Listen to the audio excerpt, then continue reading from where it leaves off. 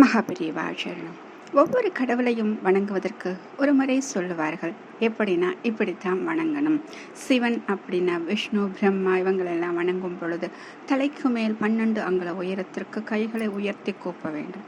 சரி, பிற தெய்வங்களுக்கு தலைமேல் கை கூப்ப வேண்டும்.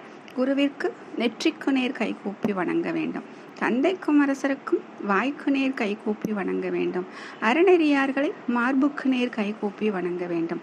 அன்னையை வயிற்றுக்கு நேர் கை கூப்பி வணங்க வேண்டும். இப்படியே ஒரு பெரிய லிஸ்ட்டு போகுங்க. இந்த லிஸ்ட்டு போனாலும் இதில் முக்கியமான ஒரு விஷயம் வணக்கம் அப்படிங்கிற ஒரு விஷயம் நம்மளுக்கு சொல்லி கொடுத்துருக்காங்க. இன்னைக்கு பார்த்தோம் அப்படின்னா இந்த வணங்குதல் அப்படிங்கிற ஒரு விஷயத்தையே நம்ம மறந்துட்டோம். ஒருத்தருக்கு ஒருத்தர் பார்த்தோம் அப்படின்னா கை கூப்பி வணங்குவது, பெரியவர்களுக்கு வணக்கம் சொல்வது அப்படிங்கிற அந்த பழக்கமே அப்படியே குறைஞ்சிக்கிட்டே வருது. அதுக்கு முக்கிய காரணம் யாருன்னு கேட்டால் நம்மளா தான் இருப்போம்.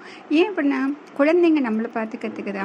நம்ம குழந்தைங்களுக்கு என்னைக்காச்சும் அவங்க முன்னாடி யாருக்காச்சும் கை கூப்பி வணக்கம் சொல்லியிருக்கோமா அப்படின்னு பார்த்தா அதுங்களுக்கு தெரியாது. அப்போ அவங்க பார்க்கவும் கிடையாது, எங்கேயும் கேட்டதும் கிடையாது அது போல் செய்கிறது அப்படின்னு. அப்போ அவங்க மனசில் என்ன பதியுது அப்படின்னா ஒருத்தருக்கு ஒருத்தர் பார்த்தா கையை காட்டி நல்லா இருக்கீங்களா, போயிட்டு வரேன், பாய் அப்படின்னு சொல்கிற மாதிரி ஹாய் பாய், இந்த 2 வார்த்தை தான் அவங்களுக்கு தெரியுதே ஒழிய வணக்கம் அப்படிங்கிற ஒரு விஷயம் அவங்களுக்கு மறந்துச்சு. இந்த வணக்கம் அப்படிங்கிற விஷயத்த முக்கியமான எதுக்கு சொல்கிறோம் அப்படின்னா இந்த கைகூப்பி வணங்குவது அப்படிங்கிற ஒரு விஷயத்த நம்ம தமிழக பண்பாடு அப்படின்னு நம்ம நினச்சி எவ்வளோ உயர்வாக வணங்கி அதெல்லாம் செஞ்சுக்கிட்டு இருக்கோம். அந்த பழக்கம் இன்று நாள்பட குறைந்து கொண்டே வருகிறது. அதை நம்ம மறக்கக்கூடாது.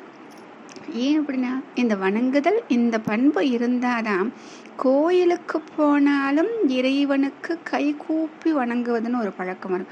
இன்னைக்கும் பார்த்தீங்க அப்படின்னா கோயிலில் நிறைய பேர் அந்த இறைவனுக்கு முன்னாடி கை கூப்பி வணங்குவது அப்படிங்கிறது நிறைய பேர் அதை தவிர்த்துருவாங்க. சும்மா அப்படியே மனசுக்குள்ளேயே பார்த்துட்டு இப்படி கழுத்துக்கிட்ட 2 தடவை இப்படிம்பாங்க, அப்புறம் இப்படி சொல்லுவாங்க, கண்ணை முடிக்குவாங்க, ஏதோ ஒன்று சின்ன சின்ன விஷயங்கள் செய்வாங்க.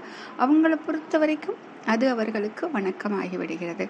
கைகளை கூப்பி வணங்கும் பொழுது அத்தனை புலன்களும் ஒன்று சேர்கிறது. அப்ப அத்தனை புலன்களையும் ஒன்று சேர்ப்பது இந்த 10 விரல்கள். இந்த 10 விரல்கள் ஒன்று சேரும் பொழுது அத்தனை புலன்களும் ஒரு சேர ஓரிடத்தில் குவிந்து விடுகிறது. அப்பொழுது நம் மனமானது அந்த இறைவனை நோக்கி வணங்கும் பொழுது அவ்வளவு அருமையாக இருக்கும். அந்த அனுபவமே மிகவும் அற்புதமாக இருக்கும். அதனால தான் அந்த வணக்கம் சொல்லக்கூடிய பழக்கத்தை கொண்டு வந்தோம் அப்படின்னா அடுத்ததாக இறைவனுக்கும் எப்படி வணக்கம் செய்யலாம் அப்படின்னு சொல்லிட்டு அந்த பழக்கமும் வரும். மகாபெரிவாச்சரணம்.